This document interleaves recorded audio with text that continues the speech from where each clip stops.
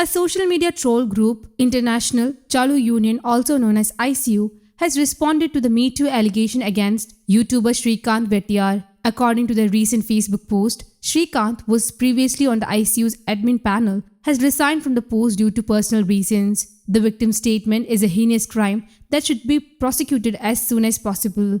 The ICU has no position in support of the accused person on this issue.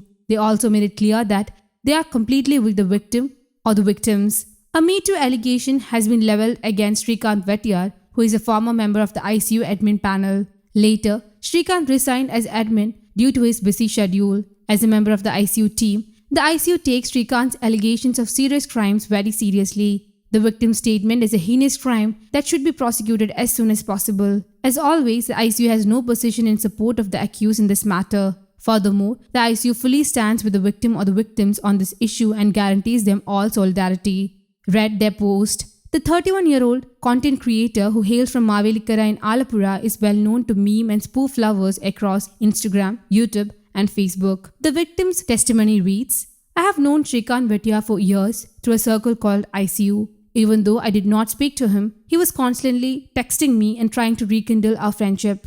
From the moment his fixed marriage alliance broke off, he began to show me a special kind of care. Pretending to be extremely in love with me, he tried to get closer with me. He convinced me that I was his best friend. He tried to constantly talk with me. It made me believe that he only shares his personal issues with me." A rupture in the friendship happened on the night of February 15, 2021. I was invited to celebrate his birthday the next day and was told that there would be two of our mutual friends. He called me at 7 a.m. after work and took me to the Schwarz Aqua City flat in Alua on the day of the incident. It was said that it was the flat of a friend who worked with him on a television program. But when we got there, it was an empty flat where no one was staying. Suddenly, the husband of his friend came and gave the key to him and went back. Meanwhile, his girlfriend kept calling him until he cut the cake at 12 o'clock. The behavior of Shrikant, who went to bed after the birthday celebration, quickly changed. To my shock, he tried to grope, hug and kiss me. He did not stop even when I cried for help.